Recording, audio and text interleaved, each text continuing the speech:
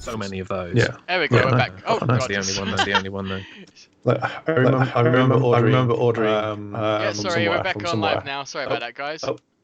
That's Absolutely absolutely fine. Being a bit of a pickle it is today, but let's hope we can continue. So, sorry, where we left off. So yeah, let's just go through a quick sort of like review of what this last episode was and what this episode is. So in episode 1 we had the introduction to all the characters in general. We learned that all the other sort of like worlds and the Super Sentai teams are captured within each of the gears that are made by the Kikai Empire, which I believe have a sort of like official name, but for now I'll just go on for it and remind myself later. So yeah, we got Kaito, who ends up trying to befriend everyone. A month has gone in as the Kikonoids are, living on the same planet as everyone else, but then things go wrong. Next thing you know, huge sort of like fight occurs, and this empire ends up being unfriendly. Then obviously we got Duran entering the scene. Then Kaito finds out his family made changes. He gets powers. He gives them to Duran because he's a trusting fellow. And we've got our first revolution. Yeah. And yeah, in this episode, episode 2, we see 2 main debuts, which is our Gowon has made an appearance, as well as Zenkai Gowon that he transfers into. And we've also got our first Megazord, or Mecha, sort of entering the scene, which is, I believe it's called Zenkai... is it Zenkai Jurangao, I think it was? Something along the lines of that. I'm sure one of you can correct me on that. Juragawa. Ah, right. Oh, I got... Yeah, that's the one. Right, sorry, yeah. So, anyone got any sort of, like, specific little bits of that episode that they'd like to talk about? Let me bring up the old pictures that I sent. So I completely got these wrong when I mentioned it. So the gears that they used, I called it Ninja for some strange, bizarre reason, which was Hurricaneja. And they used Goggle 5 or Go-Go 5 or something. Goggle 5, yeah. Yeah, which I looked at the thing, was like, oh, it's called Google 5. So that was the thing. So I quite liked it, but I'm also quite when they actually train the animals just to go like, oh, here comes the mushroom cloud, boom, and they just went straight down. So I quite like that. And then they used, I think, a Power Ranger reference in the series, but let's see if you guys picked up on what it could have been. Yeah, Jeremy, was there any sort of like particular part you can think of at this point that we'd like to talk about before we dissect our favourite scenes? I mean, I think just the moments in which Gowon tried to keep relentlessly pulling the mushrooms out of his head, and they just kept coming back again, and he didn't hamper him in any ways, kept going over and over again. I really enjoyed that. And the moment where they're still arguing, where Gowon and Duran are still arguing when they form the mecha, and it just splits apart. Yeah.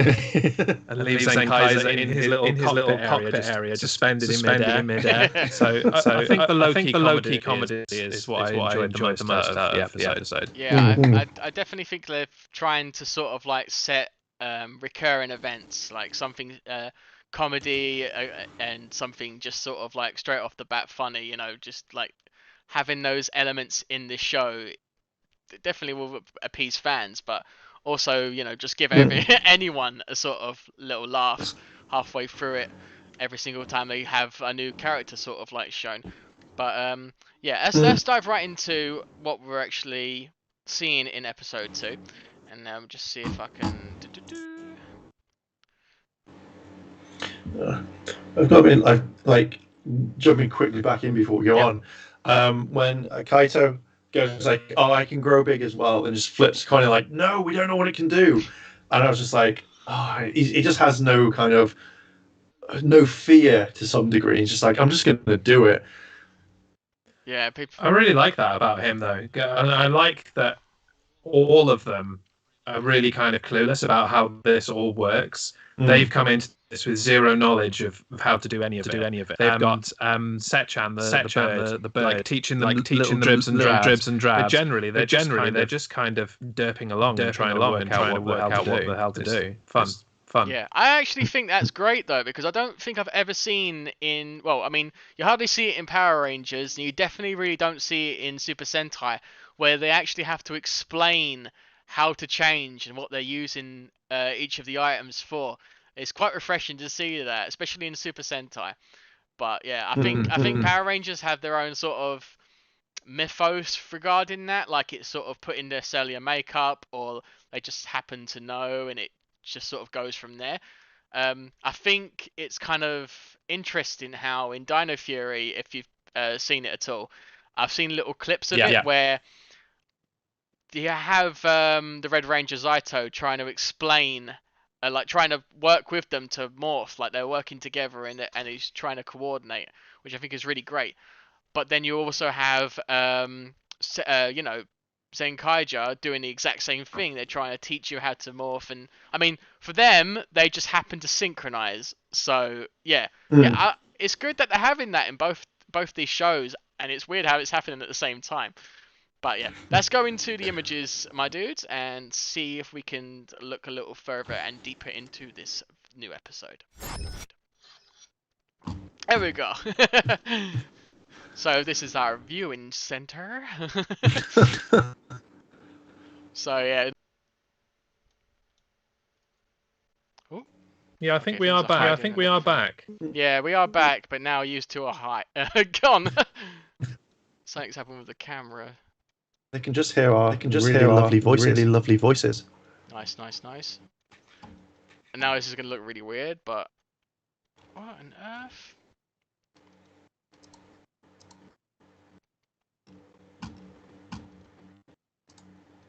Oh yeah, I can see now. Empty gears. I can't. I see our faces in it. Yeah.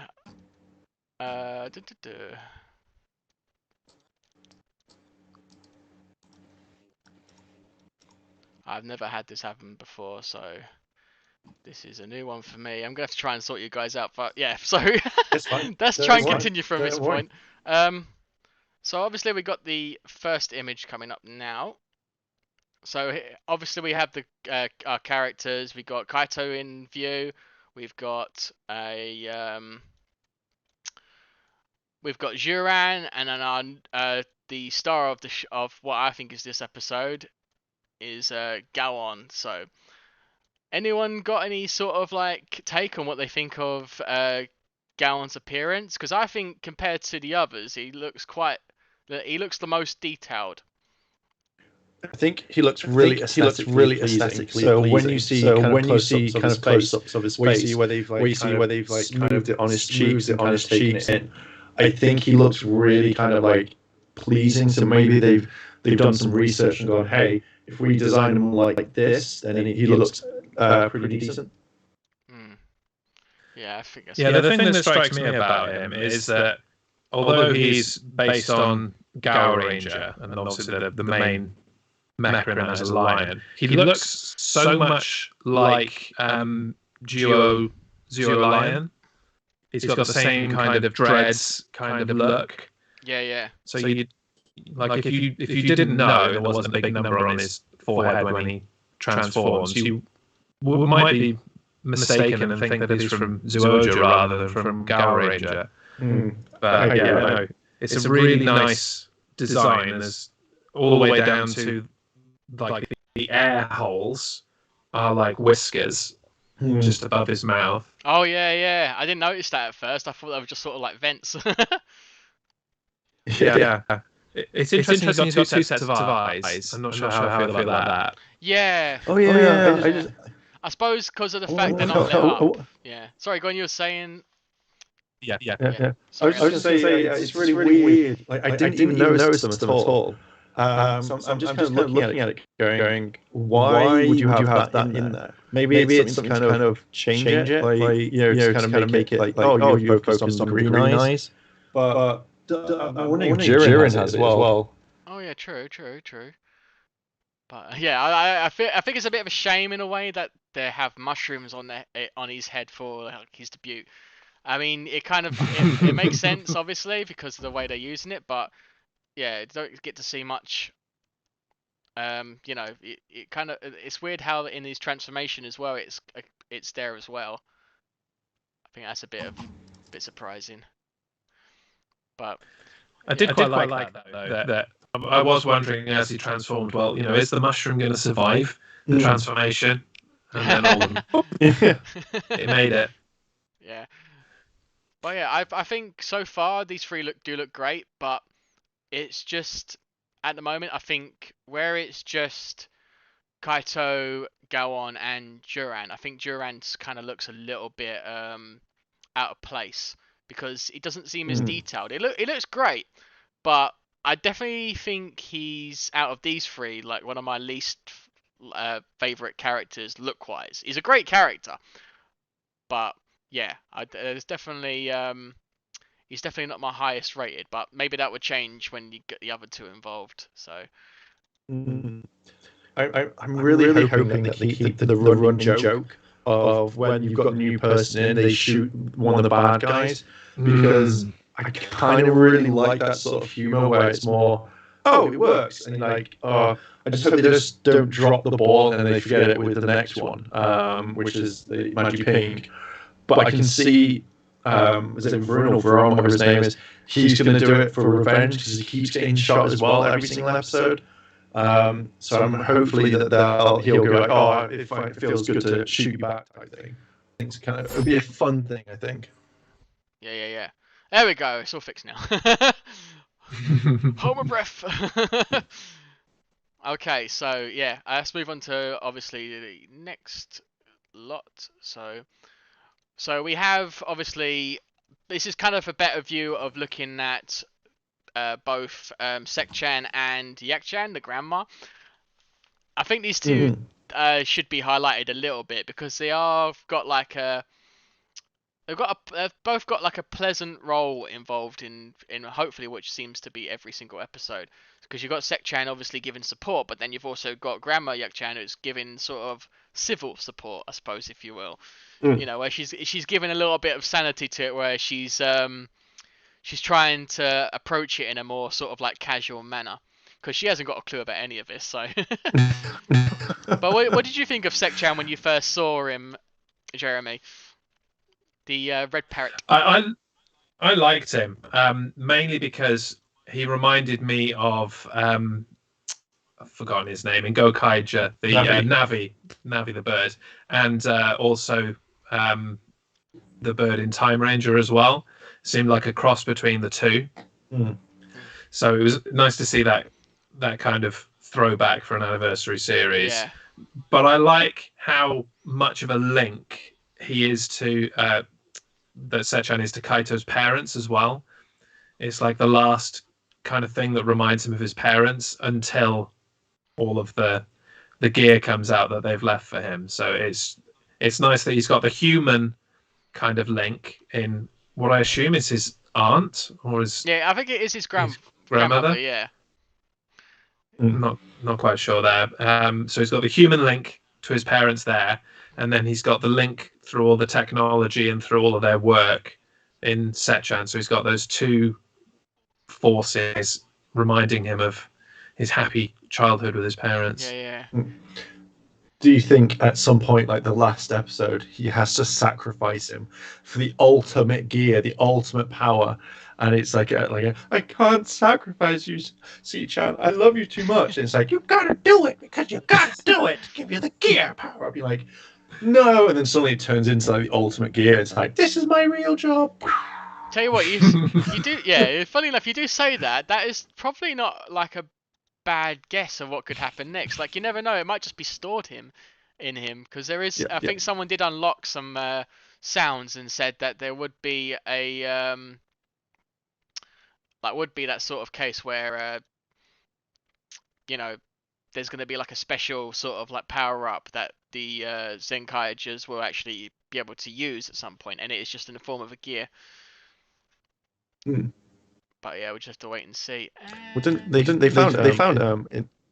found in the toy a common rider saber reference. So it actually says it. So I'm guessing we're going to get a common rider promotional gear toy at some point. Maybe they cross over for like a split second.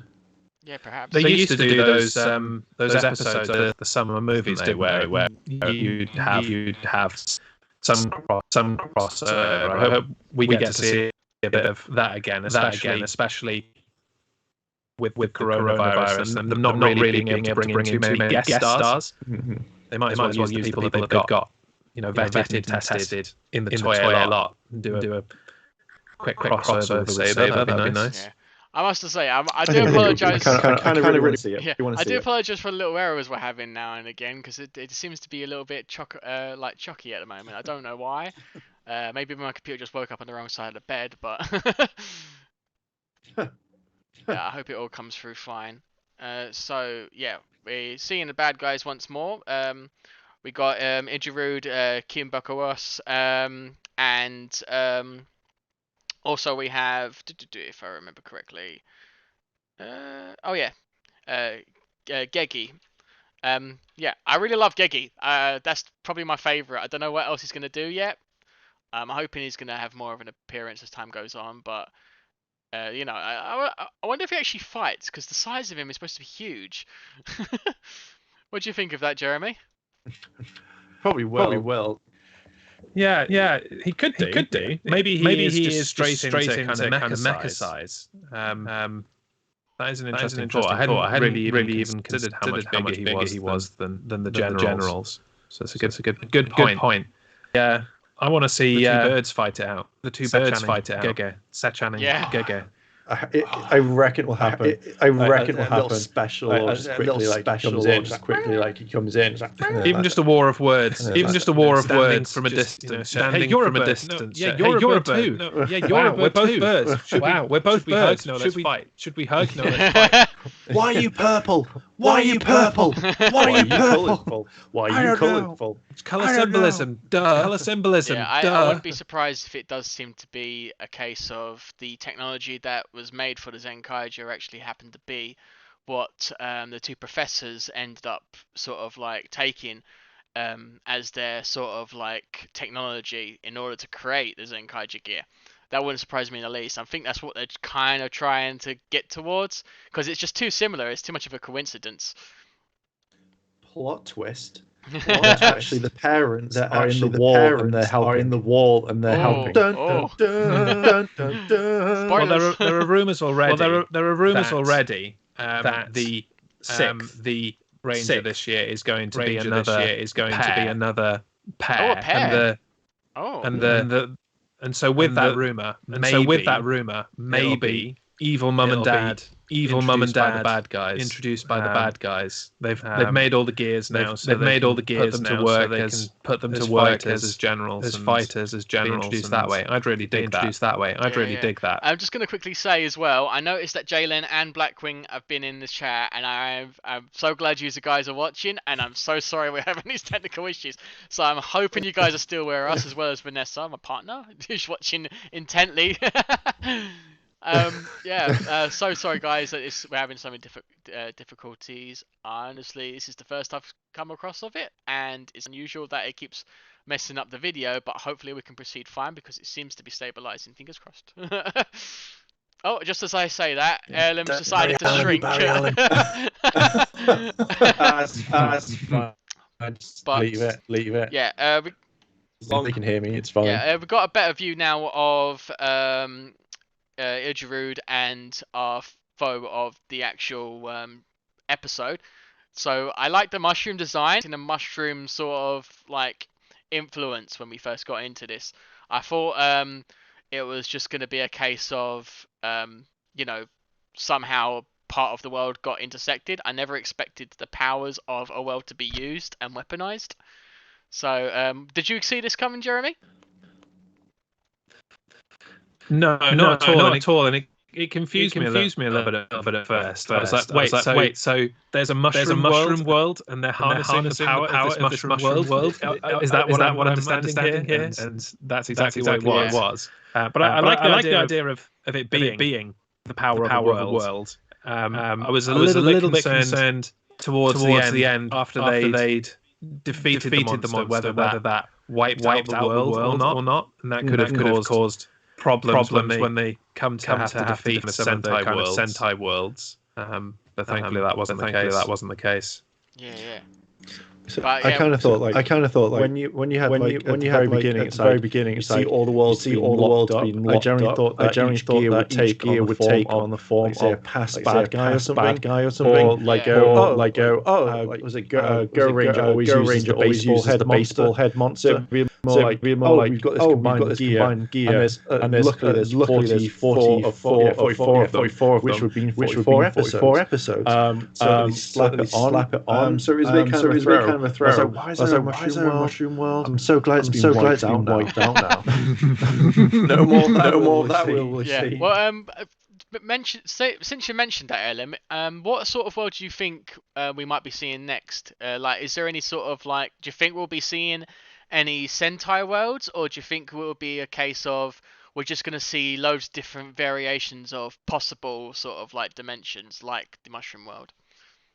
I think if they're going to go with the mushroom dimension type in the first one, that's what they're going to have. So rather than say brand new monster names, whatever, this one will be cat world, or this one will be lightning world and stuff like that. So I think they'll keep it along that sort of line. So I think they'll do it. So I don't think we'll get any unique monsters. It will just literally be you're from this world, slap it on. I don't think Sentai will come across, not unless that they've changed it halfway when we've just powered up these gears, but there's apparent reason. Just slap it in. Yeah. Well, actually, since you said that, it did just cause a spark in my brain.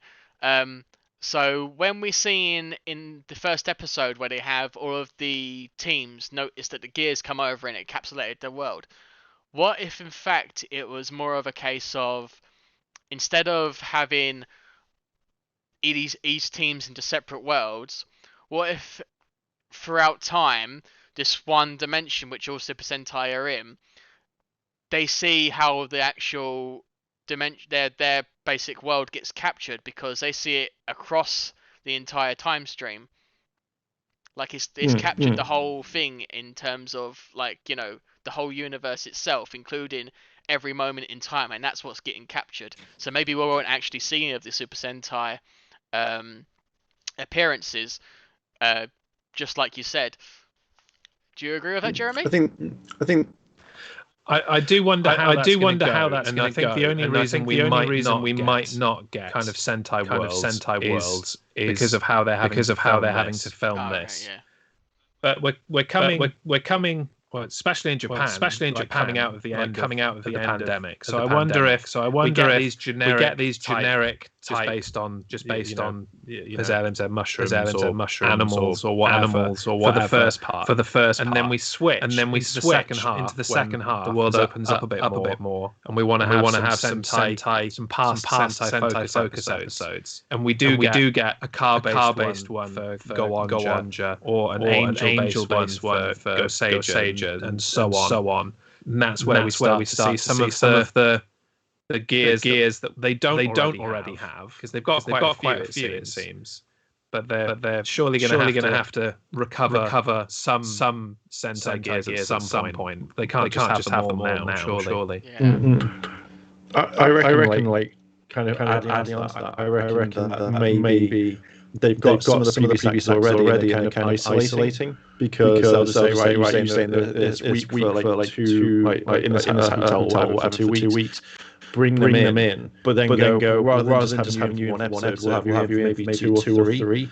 So you can see Red turns up for like two episodes, sticks about, and then Marvelous he pops in for like two episodes. So it's not like a waste of time like you'd see say like in Power Rangers when they do like a crossover or something. So I think that would be kind of cool if they did it. But I do kind of agree. I think if that doesn't happen, I think we'll see these characters pop in as soon as the world kind of opens up and everyone can kind of like interact and stuff like that. I mean, the other option is that you have the suit in the show and you record the lines for them isolated. In the way the world is now, you just need a microphone. You don't really need to go to a place anymore. You could have cameos without ever stepping foot on the set. Or they hit Zoom calls. Yeah. Okay, let's go into the actual episode itself now. Since we've talked about all of different characters and whatnot, because I think we should talk about our favourite moments. So, one of our images has gone missing. But yeah, I think it was pretty cool to see how Kaito and Juran were trying to recruit people. I think you also did want to highlight this as well, didn't you, Ellen? How you thought it was quite a good moment. So what did you think of when you first saw this? Which I'm catching up on screen. So when in the beginning, when just after they had the mushrooms, Kikaroid,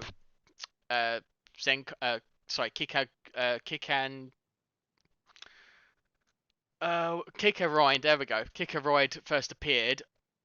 They recommended getting obviously more people involved, trying to recruit to give out more of the Zenkai gear, and obviously we had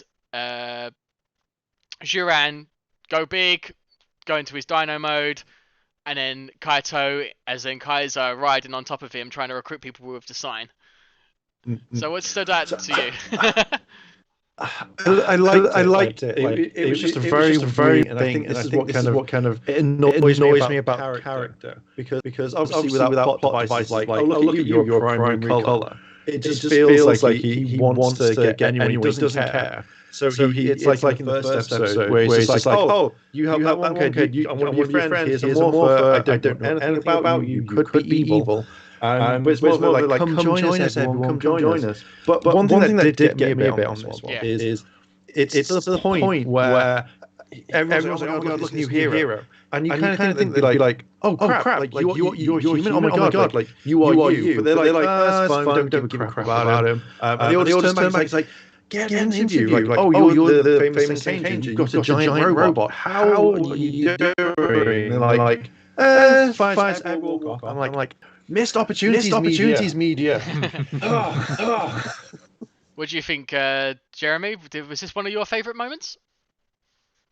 It wasn't one of my favourite moments, but I did like this scene purely because of the reaction of the general public. You know, you'd expect in a show like this that you'd have people lining up to kind of don a suit and do all the cool stuff. But I really enjoyed their total indifference to it. So, no, it's okay. I've got things to do. I'm not that bothered. Yeah.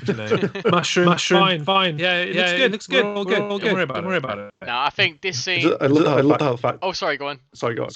I was going to say, I just love the fact that everyone accepts it straight away. It's kind of cute. So I'm fine with it. It's like I'd hate that if Grandma get rid of it. I'd just be like, okay.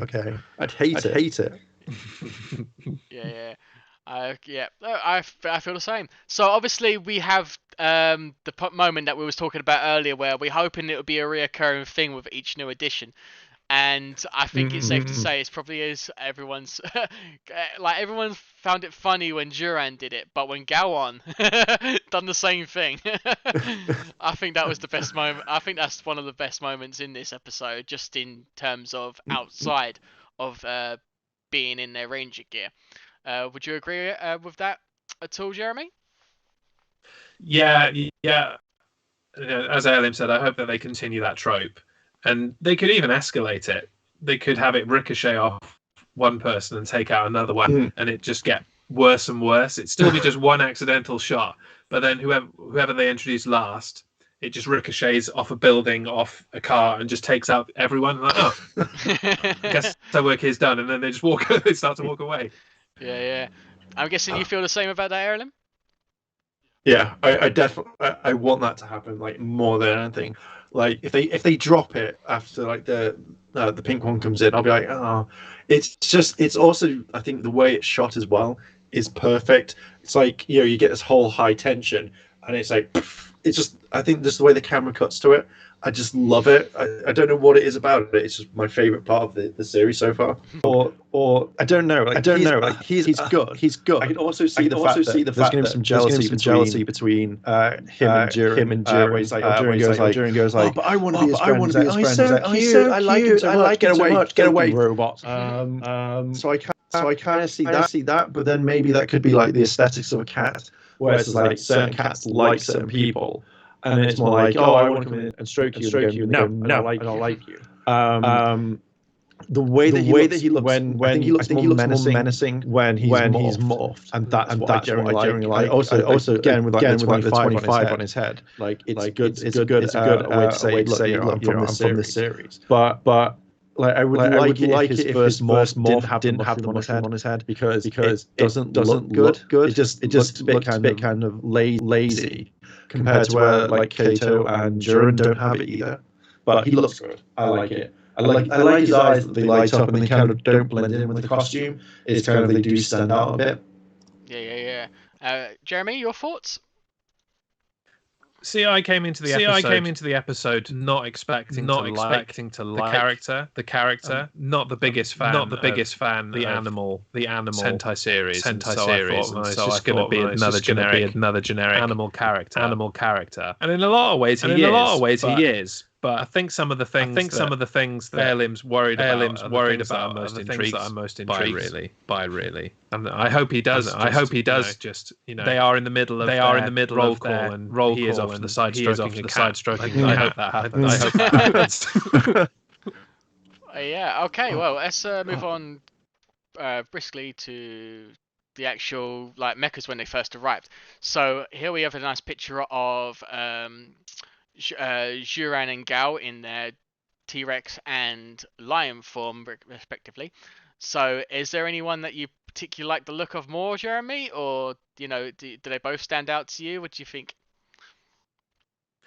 Yeah, I like the overall look really. The only thing I'm not keen on is there's a lot of CGI being used so far. But it does seem mostly limited to the actual kind of animal forms. Yeah. When they're in like I don't know, a cyborg form or a warrior mode, whatever you want to call it. It's more your traditional Toku suit on a stage with dirt being thrown at them type stuff. So I prefer when they are there, but I do kind of like the animal forms, and I really liked it when they called to be combined. Yeah, it was so random. It's like we're arguing. That sort of thing. I love this. I love this. Like, can we get more? From it? Yeah. So it's so random. I fucking love it. We've got here now. We've got the combination of when they're actually combined together, which I think is a beautiful looking mecha. I think what you were saying about using the CGI, I can understand. But on the other end, I think where, these particular sort of like bodies they have, they're not exactly something you can easily recreate in in the same format as you would with a person in the costume and stuff like that. Obviously, with vehicle-based ones, it's no problem. But much like with Gal Ranger, Wild Force, you have that sort of complexity where it's supposed to be like a living organism. So trying to recreate that in any other form, I think, would be a little bit too difficult for them, unless they sort of had a budget like Jurassic Park. But but yeah, no, it's a really good point. Really good point. But what did you think of Zenkaiger, Zhugaron, Ellen? I really liked it. Like when I first saw the combined in promo images, I was more like, am I going to enjoy this? Is it going to be good? Because I think we've seen something like two entities like sharing it and kind of fighting. I prefer him in endurance mode more because I feel like the sword and the shield is what comes in rather than one claw. But I think like looking at the colours, one thing that's got me thinking is how they all going to combine together, as in when they all get the things, and how they're going to work it, because this power struggle as well. It's more like I want to do this. No, I want to do this. You can see them splitting and coming together. So they're going to have to work together. I do like this design. I think it's going to be like one of my second favorite Sentai Megazords combined. Yeah. What did you think, Jeremy? How does this compare to the actual toy version? Because I'm guessing you got your first sort of like look into it as soon as you started getting stock in. Yeah, I mean, it's come and it's gone. I haven't had the chance to get my hands unfortunately. Like it really flew out the door straight away. So I haven't opened any yet. But there are two things really. First of all, I've got major Kamen Rider double vibes from this mech. And anything that is similar to Kamen Rider double is okay in my book. I'm intrigued to see how this comes together into one entity, and I'm really surprised that they've managed to keep that under wraps so far, because it can't be that far away. Surely by episode 10 to 12 we see it. So the fact that we haven't seen it in catalogs or magazine scans yet is quite impressive. We're not used to Toei managing to keep secrets very well. Yeah. So okay, we got the actual robot. Like, I wasn't expecting this to be sort of like, because as we know, the actual gear that is used for the bad guys ends up being used by the huge robot that we see in the first episode. So I think having the sort of storyline that they have gone with definitely sort of highlights what they had planned from the get-go for as the show progresses. But I think having all those mushrooms around visually must have been real tricky to do, but I suppose CGI helped with that. What did you guys both think of the actual monster that we're going to have to be facing, and this particular mushroom based robot that had to foe? So would you like to go first, Jeremy? Sure. Yeah. I like the fact that the monster was separate to what they fought in giant form. That doesn't happen too often. It's normally a make my monster grow type scenario. The only one that I can really think of where it's a separate kind of thing is Go Busters, where you had the download of the giant mecha version while they were fighting the monster of the week on the ground. So that's nice. I didn't really notice too much about similarities between the mushroom monster and this final giant form, because I was too drawn by all the mushrooms and the scenery. I thought that was quite psychedelic, and it really drew my attention away from the fight. All right, what do you think, Carolyn? I think what I'm quite liking is, like, even when we saw them learn how to morph, like, it feels, as I think Jeremy said a bit before, was like they don't know what they're doing. So even the bad guy saw when the monsters stepped on, he's like, oh, I didn't know that could happen. Interesting. And I kind of like that each about stuff. The fight stuff, and I don't know if anyone mainly picked up on this, is because it had music in the background. It reminded me a lot of the previous Sentais that have had fights where it's just like they're singing in the background.